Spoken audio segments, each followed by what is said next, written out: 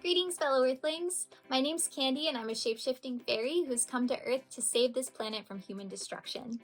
Today, I have come in the form of a fellow human being to teach you how to become a healthy vegan on a budget.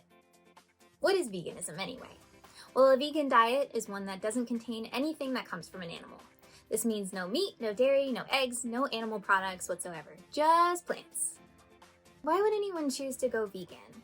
Well, there's plenty of videos here on YouTube about the specifics of that, but most people choose to go vegan to help heal and protect the environment, improve their personal health, save animal lives, and boycott reckless and brutal factory farms. I have been a vegan for 8 years and a vegetarian for approximately 20 years. I'm not a certified nutritionist, but I am quite nerdy and experienced with veganism and how to do it properly. As a student of STEM, I must be honest and inform you that the current science shows that whole food, predominantly plant-based diets create the healthiest overall human beings. That said, it is totally possible to be a fully thriving human being on a solely plant-based diet. And I'm gonna show you how. I'm making this video to share my extensive knowledge with you so that you don't see any health complications from this beautiful, often selfless act of going vegan. When people don't do this correctly, it can be very hard on the body. The first question that most people ask me is, how do I get my protein and how much should I consume? Well, the exact amount is heavily debated, but if you are lifting weights, which you should be to create peak health, it is generally recommended that you consume at least the number of your body weight in grams of protein. For example, if you weigh 120 pounds, you should be consuming at least 120 grams of protein if you are lifting weights. Modern science shows that your body can only fully digest around 30 grams of protein per hour, so just make sure that you don't exceed 30 grams in any given meal because your body just won't be able to process it in time and it'll be excreted in your waste. Examples of good sources of plant proteins are minimally processed plant-based protein powders, tofu, tempeh, edamame, nuts, beans, legumes, seeds, and nutritional yeast.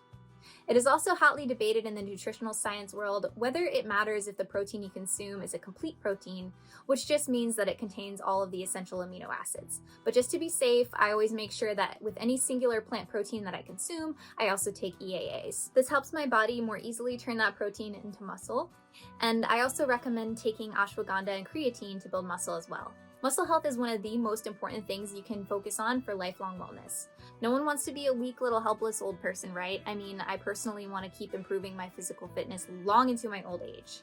So make sure you take care of those muscles.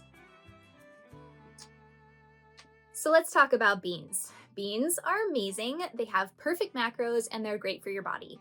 That said, they can also cause gas, bloating, diarrhea, and intense stomach issues when you consume too much.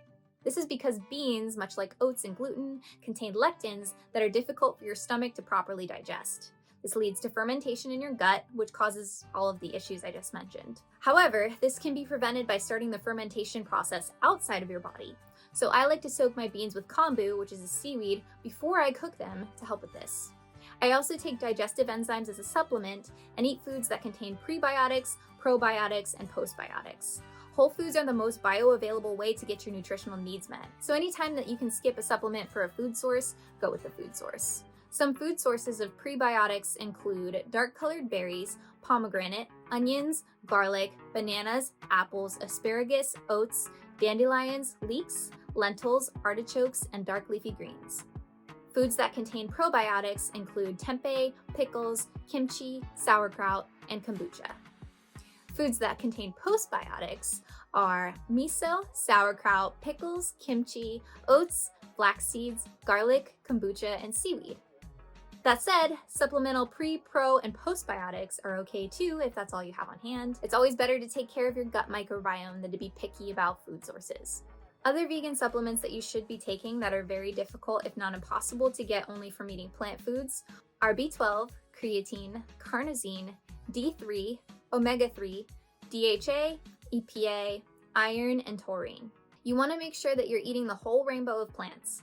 Avoid any processed foods and fake meats and cheeses and just go for those whole veggies and fruits. It's so much easier than you think to make your own vegan plant-based meat and cheese substitutes. So I encourage you to Google some recipes, get experimental with it, and just have fun, be creative. I also encourage you to start saving your seeds and start your own garden. Most of the food that we currently have access to comes from monocrop farms that spray tons of toxic pesticides that deplete the soil and consequently your food of nutrients. You can even grab some red wigglers and stick them in a bin with some compost and make your own healthy soil. In addition, ordering your supplements in bulk and putting them in capsules yourself can literally save you hundreds of dollars per month. Also, buying local produce from farmers markets can save you a lot as well. If you live in the United States and you're on food stamps, many states actually allow a 2-for-1 deal at farmers markets, so each dollar you spend there actually counts as $2. Learning to properly store your food cuts back on food waste as well. A couple of my favorite food hacks are to put fresh paper in with my berries to prevent mold growth, and to keep my avocados in sealed containers with onions to prevent them from turning brown. There's also tons of great information about properly storing your food on Imperfect Produce's website. You can also regrow many foods by saving some of their core and their leaves, like carrots, potatoes, onions, pineapple, leeks, and more. So that's all I have for you today, but I hope this video has inspired you to take better care of your body and the planet by incorporating more plants in your diet or going vegan. Please like and subscribe if you enjoyed this video for more inspiration every week. I love you all.